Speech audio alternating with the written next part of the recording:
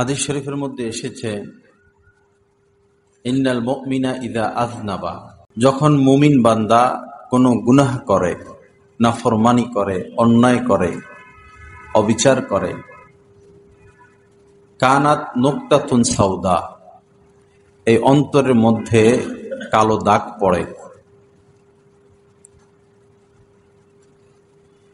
তো এই বান্দা যদি পাপ করার পরে অনুতপ্ত হয়, মাপ চায়, তওবা করে, তওবার দ্বারা এই কালো দাগ দূর হয়ে যায়, অন্তর পরিষ্কার হয়ে যায়। আর যদি তওবা না করে পাপ অব্যাহত রাখে, এই গুনাহ সেই গুনাহ, এই পাপ সেই পাপ করতে থাকে, তো কালো দাগে দাগে অন্তরটা আচ্ছাদিত হয়ে যায়। হযরত ইমাম গাজদালী রহমতুল্লাহ আলাইহি বলেছেন যে অন্তরে মৌলিক রোগ 10টি। অন্তর আত্মার মৌলিক রোগ 10টি, শাখা প্রশাখা অনেক। দুইটা বিষয়, একটা হলো দেহ, আরেকটা হলো অন্তর। দেহের মধ্যেও রোগ হয়, অন্তরের মধ্যেও রোগ হয়। দেহের রোগের তুলনায় অন্তরের রোগ অনেক বেশি। দেহের রোগের চিকিৎসা করানো সুন্নত। আমাদের নবীজি ওষুধ ব্যবহার করেছেন। আর অন্তরের রোগের চিকিৎসা করানো ফরজে আইন। বোঝার জন্য এই কথাগুলো আমি বলতেছি। দেহের রোগে যদি কেউ মারা যায়, মৃত্যুবরণ করে, তো কিছু কিছু রোগ এমন রয়েছে আল্লাহ পাক তাকে শাহাদাতের মর্তবা দান করেন। যেমন পেটের রোগে যদি কেউ মারা যায়, আল্লাহ পাক তাকে শহীদের মর্যাদা দান করেন। আর অন্তরের রোগগুলো এমন, এই রোগ নিয়ে যদি কেউ মারা যায়, কিছু কিছু রোগ এমন রয়েছে অবশ্যই তাকে জাহান্নামে যেতে হবে। যেমন অহংকার। হাদিস শরীফের মধ্যে এসেছে, লা ইয়াদখুলুল জান্নাতা, ওই ব্যক্তি জান্নাতে প্রবেশ করবে না। ছবি তোলা যাবে না ভাই, কেউ দয়া করে ছবি তুলবেন না। মসজিদের এই দ্বীনি পরিবেশ নষ্ট না করি। ছবি তোলা হারাম, গুনাহে কবিরা, লানতের কাজ। আল্লাহ আমাদেরকে হেফাজত করেন। লা ইয়াদখুলুল জান্নাতা, ওই ব্যক্তি জান্নাতে প্রবেশ করবে না, মান কানা ফি কলবিহি মিসকালু যাররাতিন মিন কিবরিন, যার অন্তরে অনুপরিমাণও অহংকার থাকবে। অহংকার, নিজেকে বড় মনে করা, অন্যকে ছোট মনে করা, নিজেকে ভালো মনে করা, অন্যকে খারাপ মনে করা, নিজেকে উৎকৃষ্ট মনে করা, অন্যকে নিকৃষ্ট মনে করা, এটাই হচ্ছে অহংকার।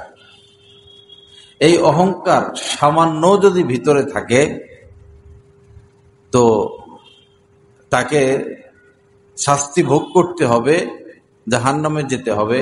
এরপরে ইমানের উসিলায়, ইমানের বদৌলতে সে নাজাত পেয়ে জান্নাতবাসী হবে, কিন্তু জাহান্নামে তাকে যেতে হবে। উদাহরণস্বরূপ অহংকারের কথা আমি বললাম। দেহের রোগ, অন্তরের রোগ। দেহের রোগের তুলনায় অন্তরে রোগও বেশি এবং এই রোগগুলো মারাত্মক। দেহের রোগের চিকিৎসা করানো সুন্নত, অন্তরের রোগের চিকিৎসা করানো ফরজে আইন। অন্তরের একটা রোগের নাম হচ্ছে বেশি কথা বলা, বেশি কথন। বেশি কথা বলা, বেশি কথা বললে গীবত বের হয়ে যায়। বেশি কথা বললে বলার মধ্যে অহংকারটাও লুকায়িত। সে নিজেকে শিক্ষিত মনে করে, গুণী মনে করে, জ্ঞানী মনে করে, তো সে সেটা ব্যক্ত করতে চায়, নিজের প্রভাব খাটাইতে চায়। তো বেশি কথা বলা এটাও অন্তরের একটা রোগ। হাদিস শরীফের মধ্যে এসেছে, লা তুকসিরুল কালামা বিগাইরি যিকরিল্লাহ, আল্লাহ পাকের জিকির ব্যতীত বেশি কথা বলবে না। অন্তর যে শক্ত হয়ে যায়। নবীজি বলেন, আল্লাহ পাকের জিকির ব্যতীত যারা বেশি কথা বলে, এই বেশি কথা বলার কারণে তাদের অন্তর শক্ত হয়ে যায়। আর আল্লাহ পাকের রহমত থেকে যারা দূরে, ওয়া ইন্না আবআদান নাসি মিনাল্লাহি আল কলবুল কাসি, আল্লাহর রহমত থেকে ওই সমস্ত ব্যক্তিরা দূরে থাকে যাদের অন্তর শক্ত, পরনিন্দা হয়, নিজের অহংকার প্রকাশ পায়, অন্তর শক্ত হয়ে যায়, আল্লাহর রহমত থেকে দূরে সরে যায়, মাথা ব্যথা হয়ে যায়। এমন মানুষ আছে তাদের কথা শুনতে শুনতে পরে মাথা ব্যথা হয়ে যায়। এটা তো একটা মেশিন, আল্লাহ প্রদত্ত ব্রেন।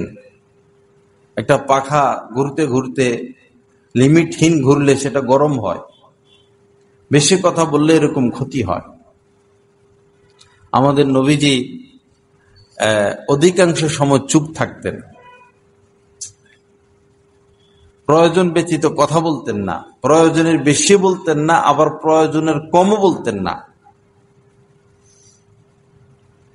মজলিসে মাহফিলে নবীজি হাস্যোজ্জ্বল থাকতেন, হাসি মুখে থাকতেন, একা একা গম্ভীর থাকতেন, ফিকির করতেন বিভিন্ন বিষয়, কিন্তু প্রয়োজনের অতিরিক্ত তিনি কথা বলতেন না। আমাদের উচিত এই গুণে গুণান্বিত হওয়া।